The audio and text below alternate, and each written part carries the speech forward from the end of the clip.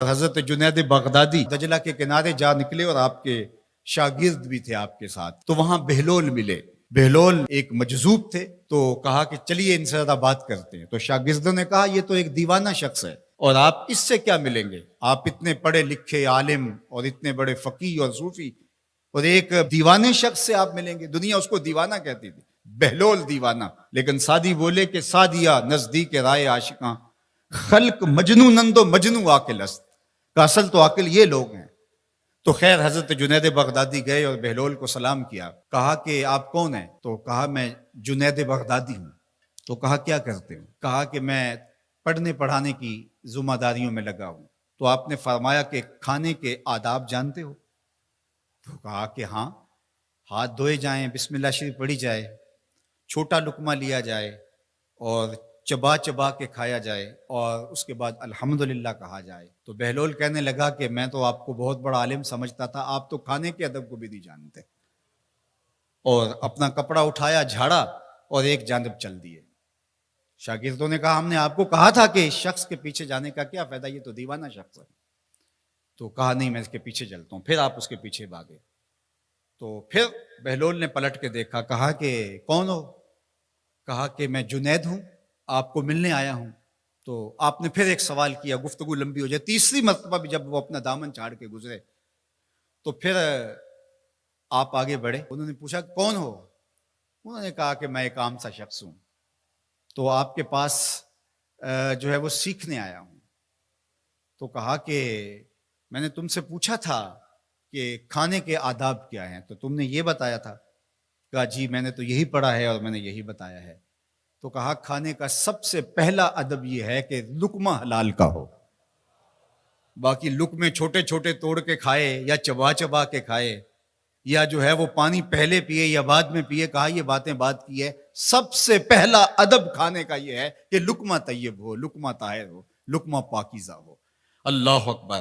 تو ہمارے رب نے ہمیں پاکیزہ رزق کھانے کی تلقین فرمائی ہے۔ تو اللہ کے محبوب علیہ السلام نے اس شخص کا ذکر کیا جو لمبا سفر کر کے آیا اور وہ کعبۃ اللہ کے سامنے کھڑا، وہ اللہ تعالیٰ جل شانہ کو پکارتا ہے اور کیا کہتا ہے؟ یا رب یا رب، اشعث اغبر، اس کے بال بکھرے ہوئے ہیں اور اس کا لباس پھٹا ہوا ہے، پراگندہ سی حالت ہے، اور اللہ کے گھر کے سامنے کھڑا ہے، لمبے لمبے ہاتھ کر کے دعا مانگ رہا ہے، یا رب اے میرے اللہ، اے میرے اللہ۔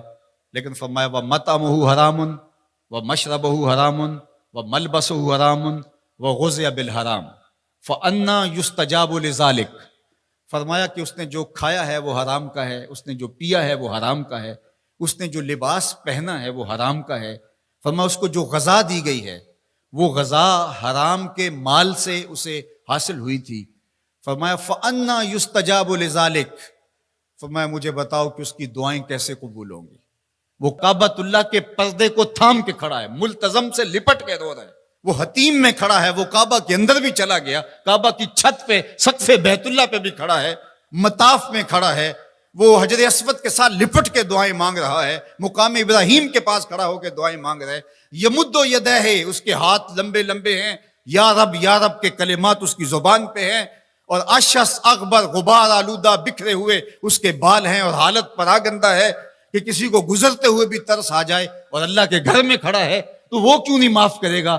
لیکن فرمایا مطعمہ حرام ومشربہ حرام وملبسہ حرام وغذی بالحرام، اس کا کھانا پینا لباس اور غذا حرام کی تھی۔ فأنا یستجاب لذالک، اس کی دعائیں کیسے قبول ہوں گی؟ بلکہ علماء نے لکھا کہ جو شخص حرام کمائی کھاتا ہے اس کی اپنی دعائیں تو قبول نہیں ہوتی، نیک لوگوں کی دعاؤں سے بھی اس کا حصہ نکال دیا جاتا ہے۔ جب اللہ کے بندے اولیاء کاملین دعائیں مانگتے ہیں اور وہ پوری امت کے لیے، پوری قوم کے لیے مانگ رہے ہوتے ہیں، لیکن اس شخص کا حصہ نکال دیا جاتا ہے جس کا رزق پاکیزہ نہیں ہے۔ اس لیے رزق کی پاکیزگی یہ بہت اہم ہے۔ رومی علیہ الرحمہ فرماتے ہیں کہ اگر تمہارا رزق پاک ہوگا، تمہارا رزق ستھرا ہوگا، تمہارے سینے میں معرفت کا نور پیدا ہوگا، اور اگر تمہارے سینے میں غل، غش اور حسد، بغض، کینہ اور نفرتیں پیدا ہو رہی ہیں تو پھر تم غور کرو کہ تمہارے رزق میں کوئی مسئلہ ہے۔ تم کھاتے ہو اس کے نتیجے کے اندر حسد پیدا ہو رہا ہے، بغض پیدا ہو رہا ہے، نفرت، سستی اور کاہلی اور عبادت سے دوری پیدا ہو رہی ہے۔ جو رزق حلال ہے وہ عبادت کے لیے تقویت پیدا کرتا ہے، وہ تمہیں سچائی کی زندگی گزارنے کی طرف راغب کرتا ہے۔ تو اہم ترین چیز جو ہے وہ رزق کی پاکیزگی ہے،